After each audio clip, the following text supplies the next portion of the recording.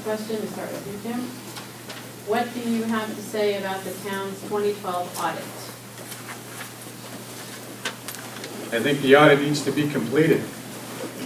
We have a letter from Clifton Larson Anderson that says that they will not sign off on it because it hasn't been signed by a board member, or I should say the chairman. There's a lot of issues with that particular audit. There's a lot of ineffective answers that are on there, but an audit firm just is not willing to sign off of them at this particular time. One of them has to do with the budget amendments. One of them has to do with the changes that were done. It's law that when you run a business and you run a municipality, at any time that a check is written that you have monies within that particular account. You can't move them after the fact, after the check has been made, and you can't move them without board approval. And unfortunately, that is what has been done. It needs to be corrected. It's fairly simple. It's an easy thing to change. It just needs to be monitored. But we do need to get the 2012 budget signed off so that we can move forward for the 2013, which also is Thank you. Andrew. Wow, that was a whole lot of information. Unfortunately, most of it is not based in fact. The 2012 audit was completed and sent to the town and is stamped in as of November 1st, 2013. In February of 2013, Renee Messing, who's the partner at CLA, made a presentation to the town board. In fact, we had an open session so all members of the community could ask questions.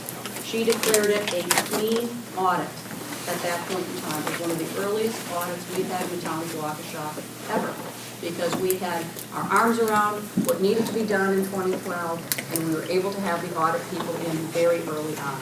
Clean audit, February of 2013. What happened after that? Excuse me, 2012. Thank you, Mr. Fisher, for nodding. 2012. What happened after that? I don't know. I know that the management letter was not signed. That management letter is a requirement for someone to issue an audit. There is no other issue. There are no other problems. The document is complete. Because Mr. Merrick refused to sign the management representation letter, which is required to issue an unqualified audit, they had to issue the financial statements without. It's not that the audit wasn't completed. It's simply that it is not an unqualified audit. But that had nothing to do with the quality of the work or the decision by the auditor. It was because someone decided not to sign the management representation letter. That couldn't be done before I left. And so it was the responsibility of the current chair.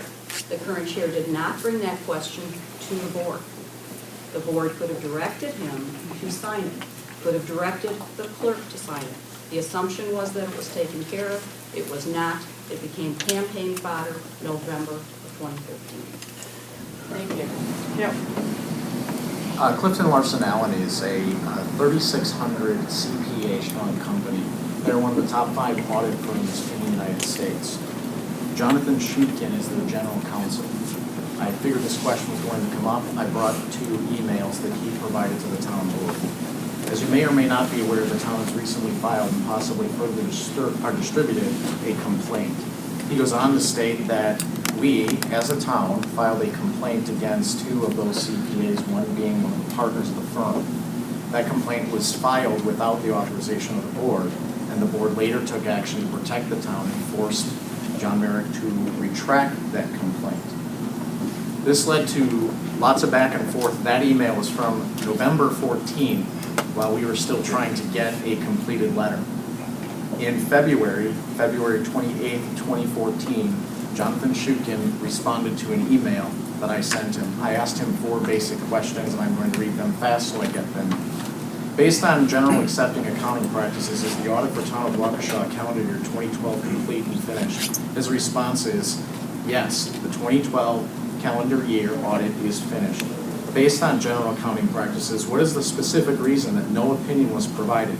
CLA, Clifton Larson Allen, disclaimed an opinion under the general accounting practices for the reasons stated.